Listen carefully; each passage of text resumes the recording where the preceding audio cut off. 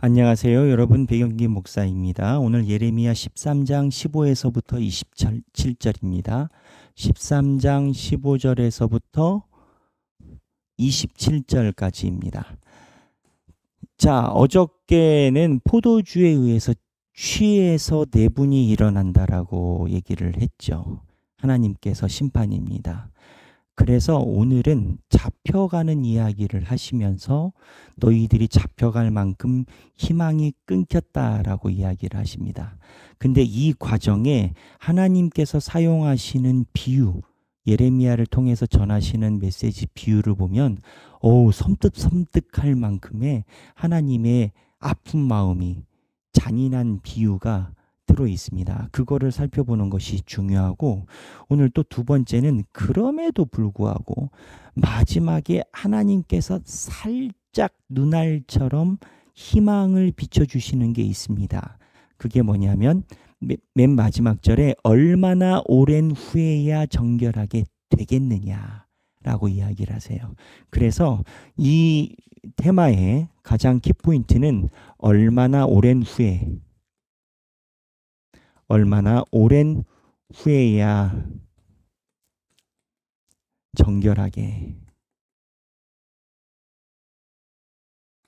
이거라고 저는 봅니다. 얼마나 오랜 후에야 너희가 정결하게 되겠느냐.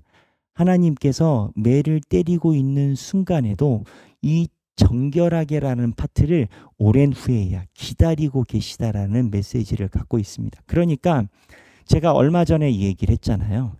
어느 부모가 자기 자녀가 속을 썩일 때, 야, 너는 누구를 닮아서 그러냐. 맨날 엄마가 얘기를 할 때 그러죠, 많이들. 너는 그냥 네 아빠 꼭 닮아가지고는 그냥 속을 썩인다. 응? 넌 나가서 죽어라. 그냥 나가서 막 이렇게 화를 냈다라고 쳐봐요.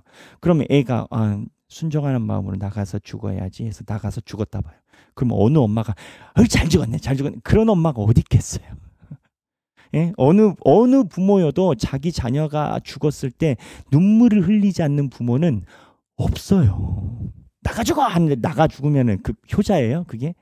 그럼 효자 아니죠.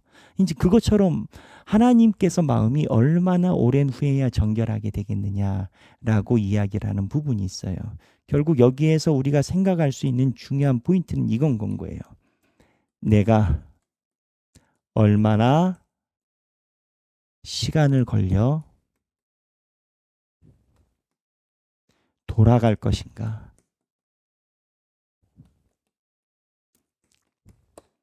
말이 좀 고상해 보일 수 있지만 내용은 간단합니다. 언제 예수 잘 믿을래?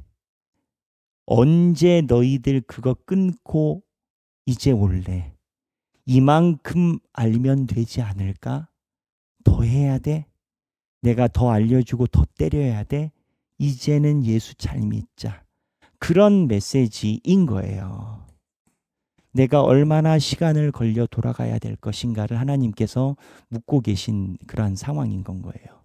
그래서 자, 오늘 이 테마를 한번 살펴보도록 하겠습니다. 처음에 제가 얘기를 했죠.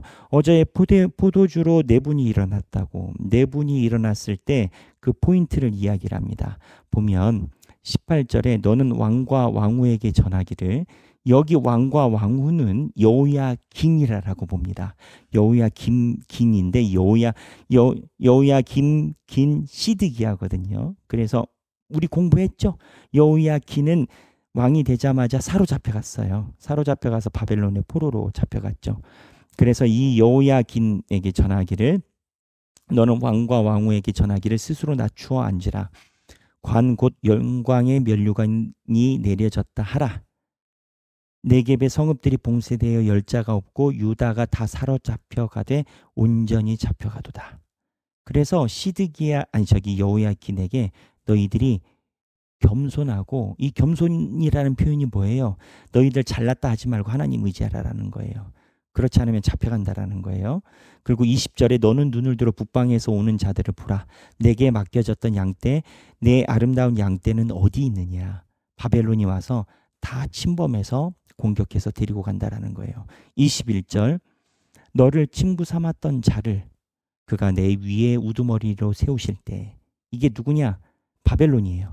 바벨론을 친구라고 생각했는데 통치자가 돼버린 건 거예요. 정복자가 우두머리를 세우실 때 내가 무슨 말을 하겠느냐, 내가 고통에 사로잡힘이 상고를 겪는 여인 같지 않겠느냐.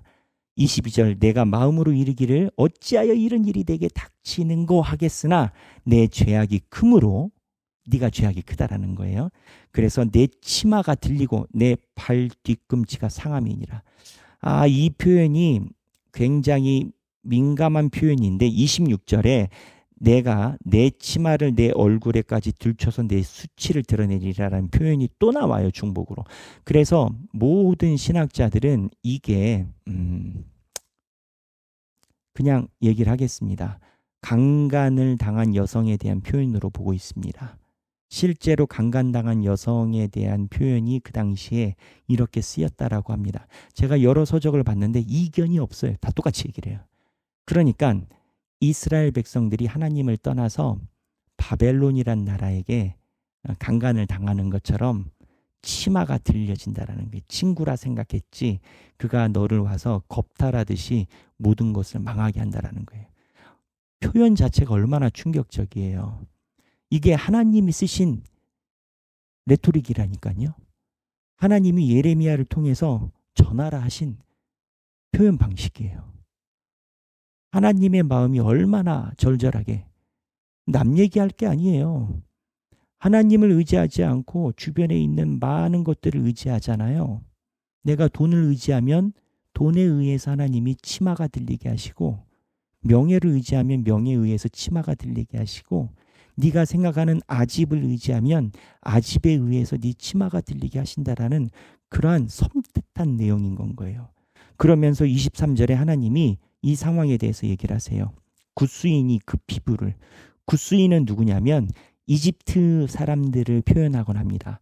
이집트 사람들이 어떠한 사람일까요? 흑인 아시죠, 여러분? 흑인들은 새까맣잖아요. 근데 이집트에 있는 사람들은 약간 흑인만큼 완전히 타지 않았어요. 타기 일보 직전이야. 그렇지만 시커매.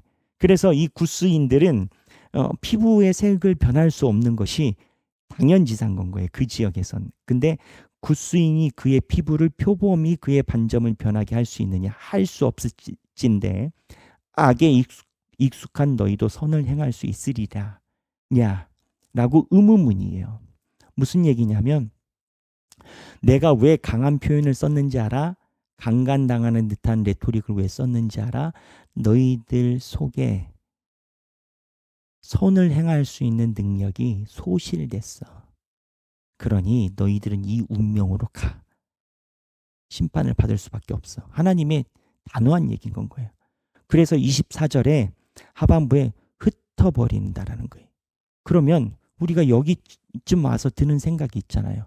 도대체 하나님이 이렇게 강한 표현에서 우리에게 하시는 메인 포인트가 뭘까? 핵심이 있을 거 아니에요. 그 이야기에. 그 핵심이 뭐냐? 25절에 여호와의 말씀이니라 이는 내 몫이요 내가 헤아려 정하여 내게 준 분깃이니 자, 이 다음입니다. 내가 나를 잊어버리고 거짓을 신뢰하는 까닭이라. 나를 잊어버리고 거짓을 신뢰하는 까닭이라. 무엇을 신뢰한다고요? 네가 나를 잊어버리고 거짓을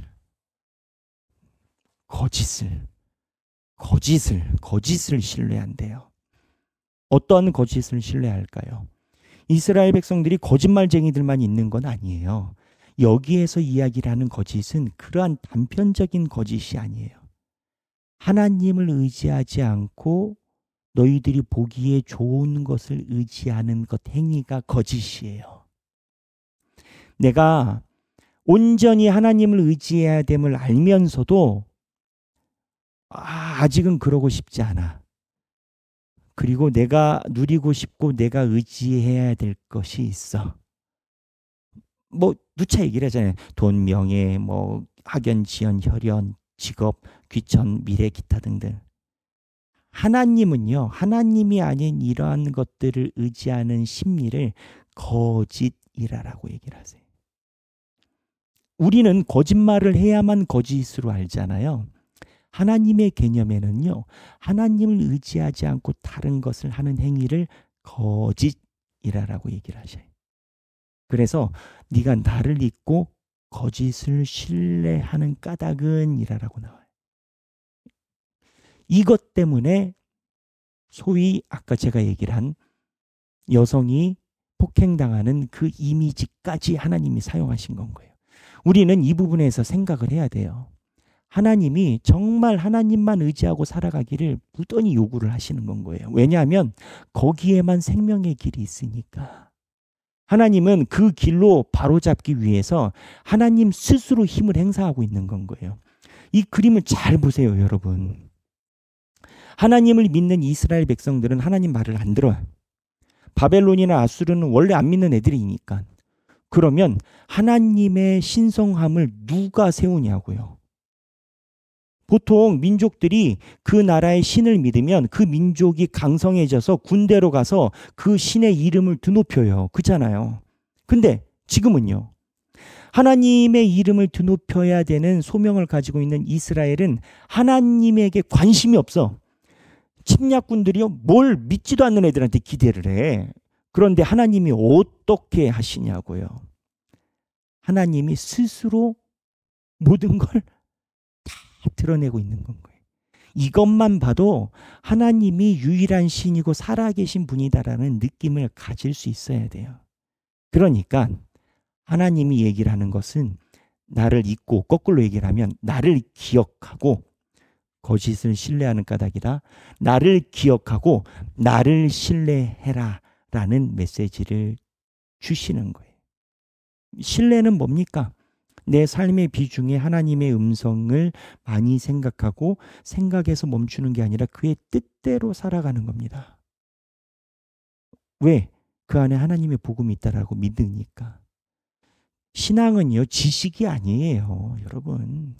신앙은 학원이 아니에요. 내가 진정으로 그 진리가 이 세상의 마지막 진리다라고 여기고 그 진리를 믿고 따라가고 실천하는 건 거예요. 물론 우리가 열심히 적고 노트 정리를 하고 그 과정이 중요합니다. 그런데 이 노트 정리하고 열심히 하는 모습이 나의 결단과 실천으로 연결이 되지 않는다면 학원 다니는 거예요. 그렇지 않습니까? 목사님, 그래도 학원이라도 다니면 좋은 거 아닌가요? 좋아요. 학원이라도 다니면 좋은 거 맞아요. 하지만 하나님은 거기서 멈추지 않으세요. 적당하게 하지 않으세요. 학원을 다니든 어디를 다니든 내 자녀로서 나를 전적으로 신뢰하고 오라라는 거예요. 그러면서 맨 마지막 절에 27절에 내가 얼마나 오랜 후에야 정결하게 되겠느냐. 하나님께서 기다리고 계시다라고 얘기를 하시는 건 거예요. 자, 생각하기. 내가 얼마나 시간을 들여 돌아갈 것인가. 이 문구를 보고 혹시 나눌 수 있는 부분이 있다면 나눠주시고, 나를 잊고 거짓을 신뢰하는 까닭이다. 목사님, 거짓이 무엇일까요? 내 삶의 거짓이 무엇일까요? 기도해 보세요. 이 두 문구를 가지고 여러분들이 느끼는 바를 목장에서 나눠보시면 좋겠습니다. 오늘 13장 15절에서부터 27절입니다. 행복한 성경 읽기 되시기를 바랍니다. 감사합니다.